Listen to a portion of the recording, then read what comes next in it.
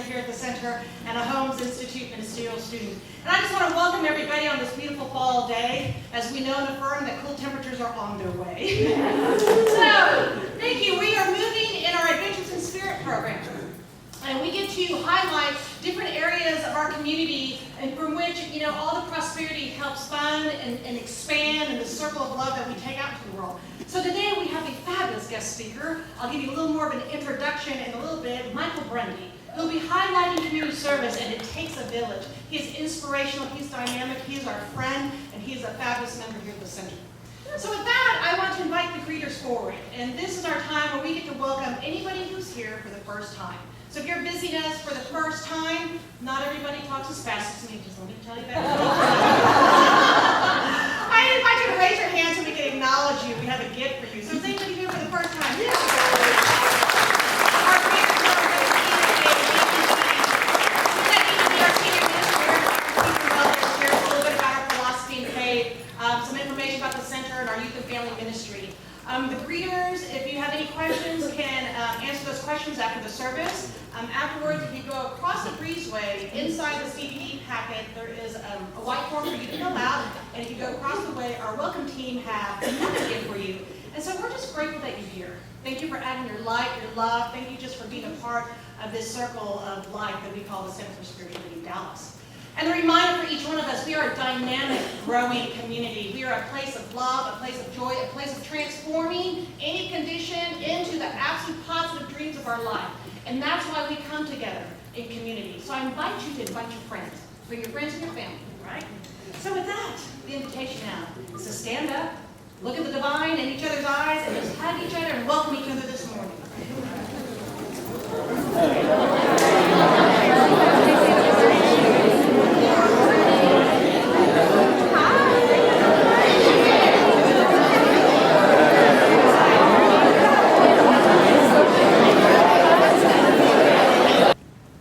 Andrew's going to sing an original song called It Takes the World.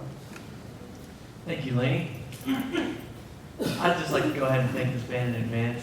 They really killed it in the first service, and they're about to do it again.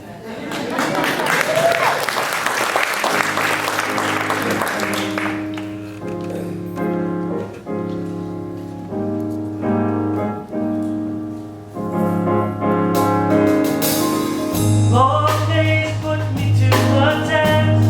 Well, I used to say distress, but now I say uncomfortable. It's been hard to keep the faith, so I had to take some time and find out what the world is trying to show. And now I gotta stay awake, I gotta find my heart. I haven't been myself, and so I've gotta start, 'cause no one else is going to save me.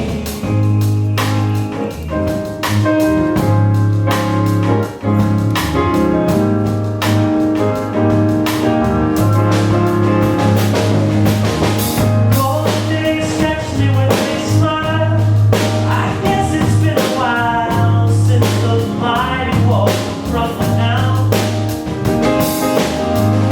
The longest days have come and gone, but they kept me moving on, they kept me going strong. A push was all I needed, now it's gonna take some time, and that's the hardest part, but it's getting easier, being in my heart. Sometimes it takes the world to save me.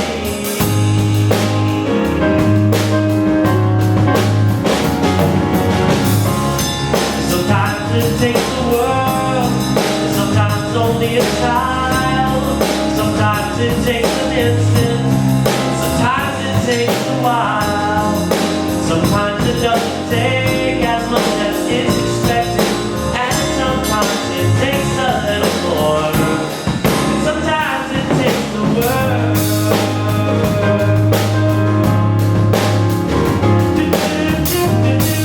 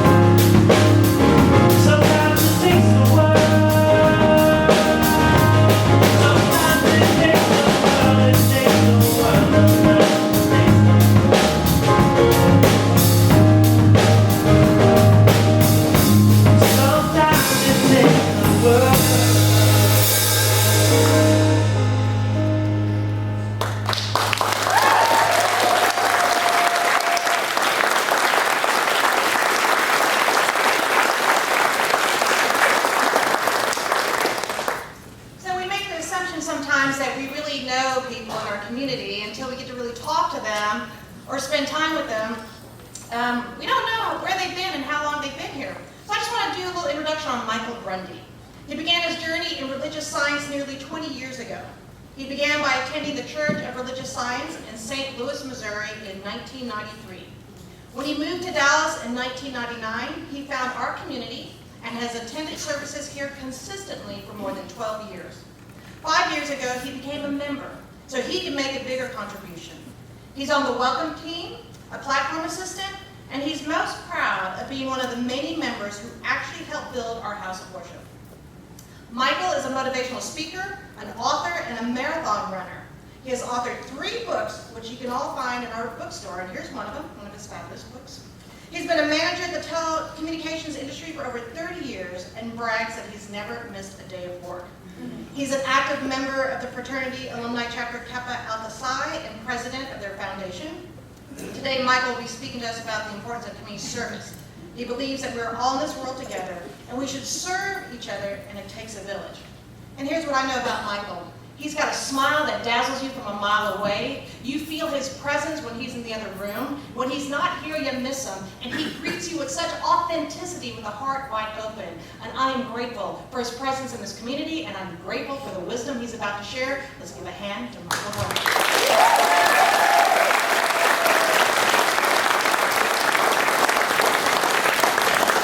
I'm going to tell you guys right off the bat, okay? If something happens with the microphone, don't blame Susan, blame me, because I'm not used to having a microphone on when I have to go out and hug people. So when I go out and hug all you guys, the microphone keeps getting jerked around. So it's your fault, not Susan's. If you were listening close to the introduction, one of the things that you heard was one thing that I'm most proud of is having been one of the members who helped actually build this. There's a reason for that. I come from an old town, Leavenworth, Kansas. Leavenworth, Kansas, it's that part of Kansas where you see the little curve when you look at it on the map. Well, that's home for me. And Leavenworth goes back to the 1850s, 1860s. It's an old place. And because God blessed me with 2 mothers, they made sure I kept my butt in the Black Baptist church and the Black AME church every Sunday. I was always there. Okay? So I'm used to call and response, so if you guys want to talk back and forth to me while you talk, that's fine with me. I have no problem with that. But one of the things that happened at the older church when I was young, we had a guy there, Mr. Johnson. Mr. Johnson used to always talk about how his family had been there since the beginning of time, the beginning of Leavenworth, and he had actually helped build the church. So for me, that meant, hey, when I get a chance, I'm going to help build a church and leave that kind of legacy. Well, it reminded me something also. Now, this is going to test you guys, or test my age, I guess. How many of you remember the movie Lily of the Fields? Lily of the Fields is a movie with Sidney Poitier. And if you remember, Sidney Poitier had a lot of trouble with learning how to serve those nuns.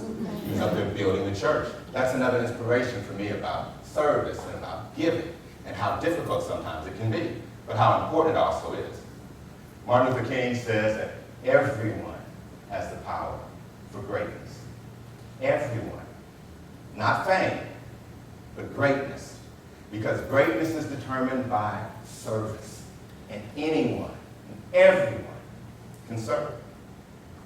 Mary Wright Elderman, who's president of the Children's Defense Fund, she says it like this. She says, service is the rent that we pay for being. It's the very purpose of life. It's not just something that we do in our spare time. And one of my best ones is what Dorothy Height says. And Dorothy Height says that without community service, our communities would not be have near as much strong quality. She says it's as good for the person who provides the service as the recipient is. She says that service is the way that we ourselves grow and develop. So my question to you is, how many of you are ready to grow and develop? Oh, now, come on. You're all ready to grow and develop, right? Yeah, because that's what service is about. And what I want to talk to you today about 3 things. I want to talk to you about the importance of service, why it's important, okay? Why it's important also to the community. And most importantly, why it's important to you. When we serve, we give of ourselves, we give of our abilities, our talents, our skills. The definition of service is simply an activity that provides assistance to other people. It's a way of helping others. And I think that when we help others, that helps the whole community. That's like the fabric of us. Okay? So if you're here at this particular center, there are a number of ways that you can serve. There are a number of different things that you can do. For me, I was lucky. I've been hanging out here for a long time. And I wasn't even a member, but that was one of the great things about being here. I could be here every Sunday, and I didn't have to actually be a member.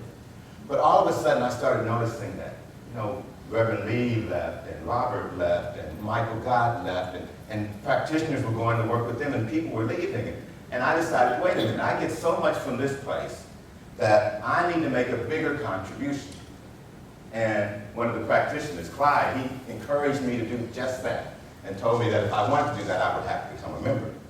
Hence, I became a member, and I've got a chance now to serve as a platform assistant, as well as the welcome committee, which has to be one of the best committees around, because you get a chance to hug all the new people and explain to them how this is just like home. See, everyone around here has something that they can give. I don't care what it is. Everyone has some sort of skills. Maybe you have administrative skills. You're good at filing papers or typing. Dottie can surely use your help. Maybe you're an artist. Maybe you have skills where you can draw or paint, or you do jewelry like my friend there, or maybe you're even a poet like my friend Rashad. Maybe there's some way that you can take those talents and give back to this community. One of my favorite volunteers around here, you guys know her. She's the shortest person in the church. Ruth Beecher, I just love her.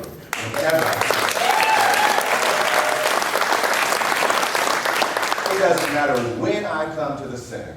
If I'm coming here during the week for classes, if I'm here for the men's group, if I'm here on Sunday, she is always here doing something, cleaning one thing or another. Joe Tinker's another guy. I see Joe here all the time. Even when I came to walk the lap, Joe was sitting over there holding conscious and meditating. There's some people that continuously always seem to give back to this community.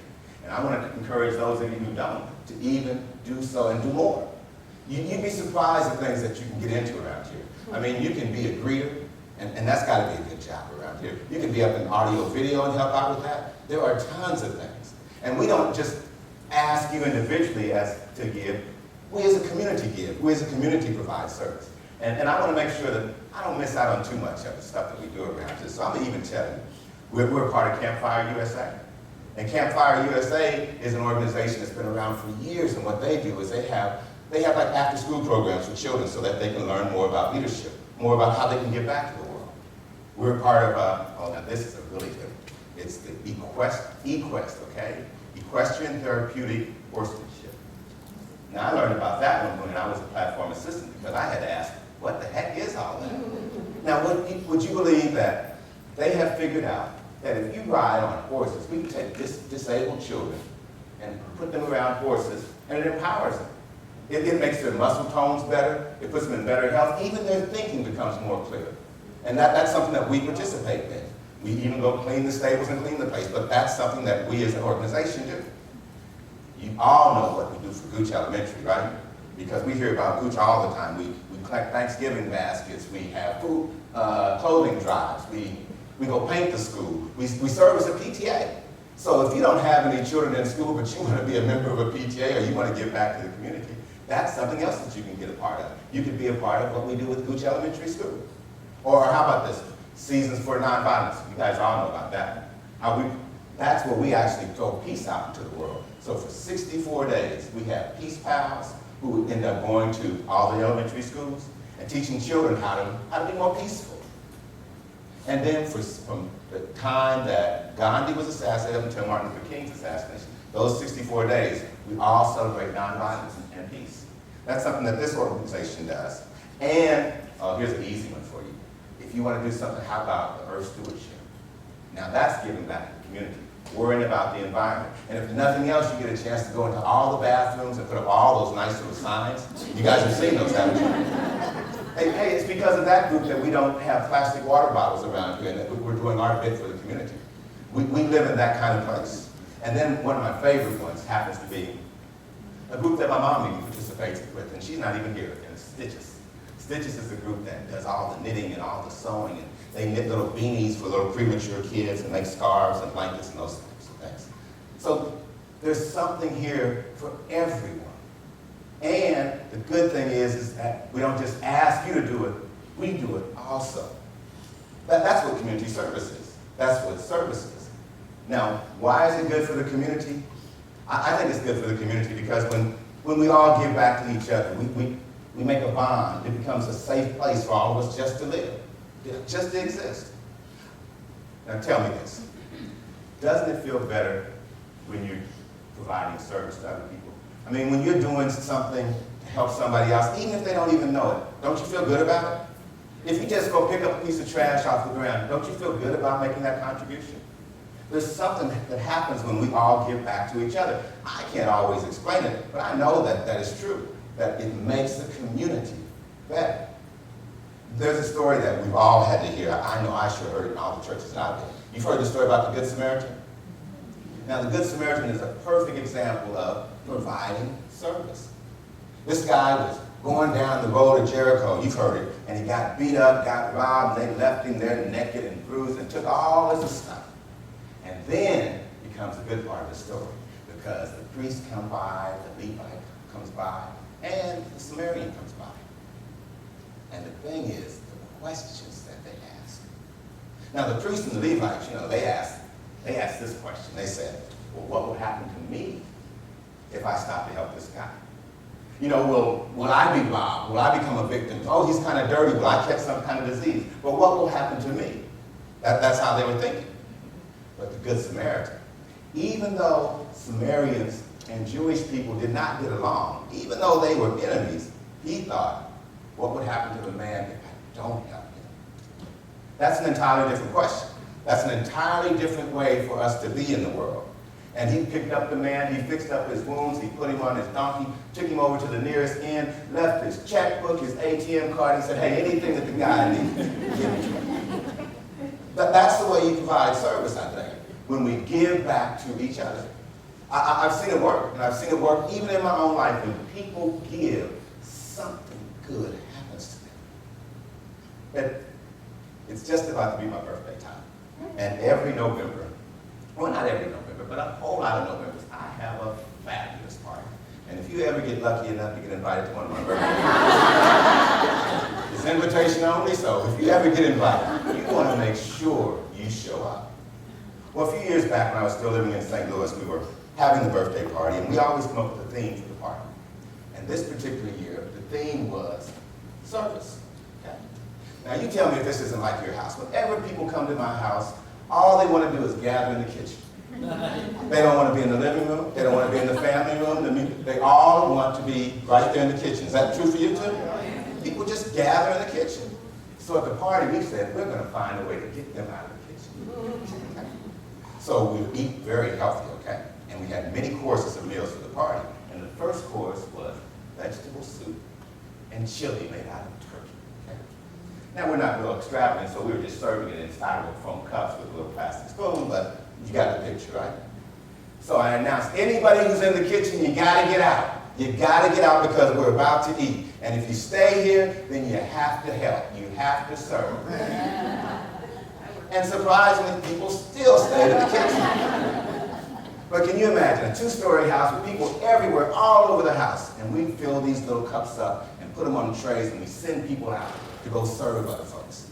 Now, my thinking is that, hey, my guests are going to get served, and that just enhances the party. Because, it's nice when you have the waiters come by at the party and give you stuff.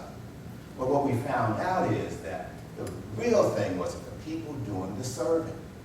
They got so excited, they would rush back into the kitchen, and they were fighting each other to be the next one to do the serving. Something powerful happens when we provide service. I don't always understand it, but I know that it's true. That something really powerful happens. I was doing some research to try to find out more about this thing called service and what do different religions think about service, right? And so I'm looking on the internet and I see this thing that talks about, well, let me date myself, okay? How many of you know who I'm talking about when I say Sister Patricia? The Flying Nun. Some of y'all know about that. Remember the Flying Nun? Okay, how many of you remember The Sound of Music? Okay? How many remember the TV show Kung Fu? Yeah. Okay? Now, in all of those cases, what you'll see is that there's a little novice nun who has to, work her way at the nunnery, whatever they call the nun's place, okay? And she has to do all that training, okay? And then you see them cleaning the floor, and you see the brothers waiting on the older brothers, that kind of stuff. You see them doing all that. Well, I always thought that that was, you know, a sense of servitude. They're serving the masters, the big guys. And when I was speaking, he said, no, it's not that at all. It's not really that the old priest or the old brother or the old mother, nun or whatever are being served. What they're doing is providing an opportunity, a learning opportunity for those young folks who are coming into their ministry. The idea is that, you know, when you're down there scrubbing that floor, you don't want to do that stuff, all kinds of things come up. And it helps you work on those reasons, and that's your selfishness. So every time you're doing it, now you get rid of another selfishness. And pretty soon, you find yourself working selfishly, okay? And they say that when you get rid of that selfishness and you give just because, then you're doing like nature. You know how nature, flowers just give fragrance just because. Doesn't matter who you are, but just because. Clouds give rain to everybody, the good, the bad, just because. And that's what they're learning, is that when you just give just because, then they say that moves you into a place called grace. And then that moves you to a place, they say, that's heaven on earth. Now for me, that gets a little bit too complicated, because I'm not that heavy with some of this religious stuff. But what I do know is that if it feels good, then you do it. And when you do good, it feels good. It just feels good. Do you agree? I don't know why, but it does. Now, if you don't know that that's true, I suggest you need to go do some more stuff, because you're not doing enough good in your life. But if you're doing some good stuff, you have to admit that it feels good when you do good. The reason for that is, I think, is because it's good for us to serve. It gets all that toxic stuff out of us when we serve. One thing I don't want you to do is I don't want you to be a hoarder, okay? I don't want you to hoard your gifts, your talents, your skills. We have some hoarders in my family, and you know, they collect everything, and it's a mess. And it's the same thing in your personal life. If you hoard your skills, your abilities, the gifts that you have, that stuff will be toxic. And it will eat you alive. And just like a muscle, you become atrophy and you won't be able to do anything. So I encourage you to be of service. I encourage you to give. It's just like, you know, in the Bible when they talk about the Sea of Galilee and the Dead Sea. Now I know you guys have heard about this one, right? They all are fed by the Jordan River. The Jordan River, its source is way up high in the mountains, up in the Huron Mountains in Israel, okay? And it comes rolling down, and it goes in through the Sea of Galilee. Okay? Now the Sea of Galilee, it has another outlet, so it not only takes that water in, but it pushes it further on down the river, and now it goes down to the Dead Sea. Now the Dead Sea just happens to be the lowest point on Earth, 2,000 feet below sea level. Just happens to be that. But it also happens to be a toxic place, because even though it has other smaller rivers that feed into it, it doesn't give to anything. The Dead Sea is dead because it doesn't give to anything. And because it doesn't give, because it has no outlet for that water to go, then what happens is as the water evaporates, all the chemicals and all the salts and stuff, they drip to the bottom, okay? And eventually, over time, that lake, that sea, is 30% saltier than the oceans. Just because you don't have the inflow and the outflow. It's the same thing that's true with us. If you don't let that come out of you, let your gifts and treasures come out, it's going to clog you up and you're going to be toxic. And just like that, in the Dead Sea, nothing grows, nothing lives. And they say you can just jump right in and just, it's so buoyant because you won't sink. Because there's so much garbage, so much stuff in the Dead Sea. So my thing to you is that you don't want to be like that Dead Sea. You want to find a way to give. You want to find a way to serve, because it's not only good for you, but it's also good for the community. Got it? So here's what I want to leave you with. It's important for you to serve. It's important for you to have community service, and you can do it right here. If you don't have your own personal way of getting involved, we have a platform right here. You just have to join up and hook up with us right here, and there is a way that you can give back to the community. We can find a way. You can do it right here and be a greeter. You can be on the welcome committee. You can work in the kitchen. There are tons of things that you can do right here. If you want to reach out further in the community, remember you can get on the Gooch PTAs. There's all kinds of ways that you can give. We give to the North Texas Food Bank, okay? But there's all sorts of ways that we can give. So there's ways for you to give. It's important for you to give because that's what threads the community together. And it's most important because that's what makes you a better person and keeps you from being toxic. Okay? Now, I want to share one last story with you, and then I'll be through. And I think this story probably kind of ties in with what happens here. Years and years ago, like you heard me say, about 20 years ago, I was first getting into religious science in St. Louis. Well, when I started into science of mind, going to the church in St. Louis, it started off because there was a bookstore there, and I was big into bookstores. And I went to the bookstore, and the atmosphere around the bookstore, around the church, was just so peaceful. It was just so special that I came back the next Sunday to see, well, what goes on with the church? Now just like here, you know, I sit in the back for a while and all that kind of stuff, but when I got there, something really turned me on. And I had a ball at that church. And that's part of why, you know, I'm so much into religious science, science of mind. Now, I was having a good time at that church, and it was really cool. But I was the only black person in the whole church, okay? And I didn't see anybody that looked like me. And that was okay, because these were some of the coolest white people that I never ran across. You know, so for at least 20 some odd years, my spiritual advisor has been a white female. And back then it was a lady named Clancy Blakemoor. She was really cool. But I heard that there was another church, similar to our church, that was down in the city. That there was a black science of mind church. So I was looking for this place. You know, I looked for a couple of years and I couldn't find it. And they said, well, there's this lady who runs it there. It's down on Del Mar. It's right in the heart of the city. Well, one day, I found the ministry. I was at a Jack Canfield motivational seminar before Jack Canfield did the chicken of the soup thing. And this lady was there. Okay? You heard me, okay? Anyway, this lady was there, and she was, okay, so picture this. An old, black, African-American woman, okay? And she was dressed up in African garb, you know, off from head to toe, and had one of those things wrapped around her head like Alexis wears, you know, that kind of stuff. Then she had little gray hair sticking out under, and she had some little gray whiskers. And she had a walking stick that she walked with, and reminded me of Moses, okay? And I went up to her and I said, I've been trying to find you, and I want to come to your church. And she said, well, come on down. We get together at noon on Sunday, which was perfect for me, because that meant that I could go to the first service. And those of you who know me, or those of you who don't know me around here, it's because I go to the first service so I can get home from the basketball game. But I could go to the first service here and still make it down to her church. So I went to the first service and I go rushing down to the city. And it must be 12 o'clock. I figured, okay, and I'm going to church. Now, it's in a community where there's cars parked and double parked all over, so you really can't tell who's parked there for church and who's parked there just because they live in the area or whatever. So I didn't know what I was getting into, but I walk into the church. And when I walk into the church, there's an organ player in the back of the church playing some organ music. But there's nobody at all in the church. Not at all.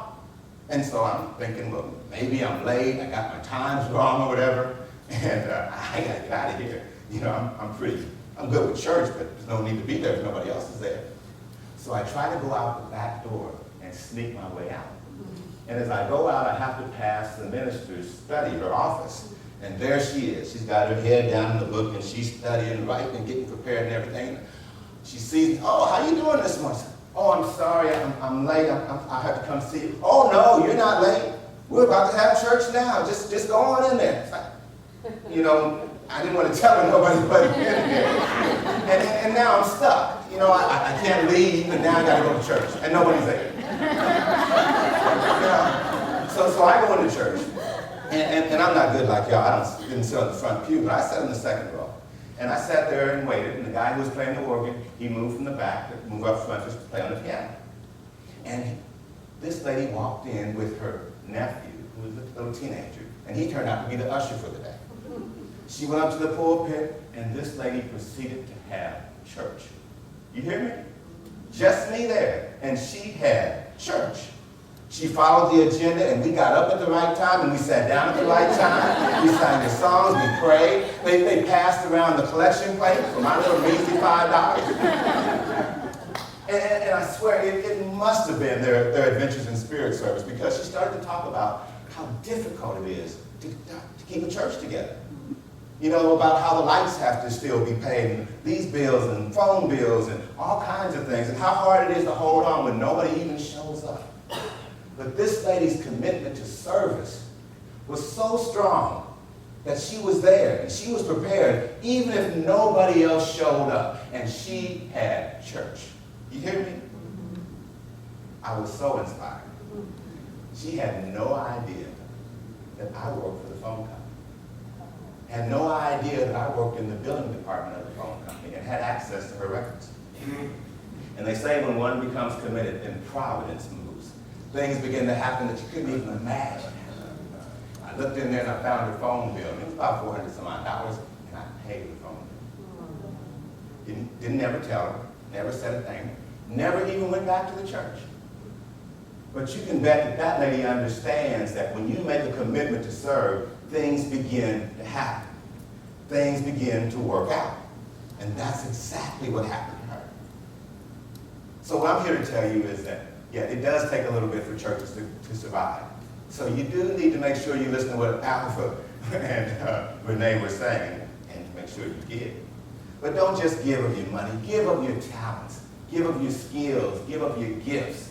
That's how you serve. That's how you serve others. It's good for the community, it's good for us, and it's good for you. Make sense? Yes. Now, my last quote. You guys heard from Albert Schweitzer. He says this. He says, I don't know what your destiny will be, but one thing I know is that the only ones of you who will really ever be happy are those who have sought and found a way to serve. So if you want to be truly happy, find a way to serve. Because just like Martin Luther King says, everyone has the power for greatness. Not fame, but greatness. Because greatness is determined by service. And anyone, and everyone can serve. Thanks, folks.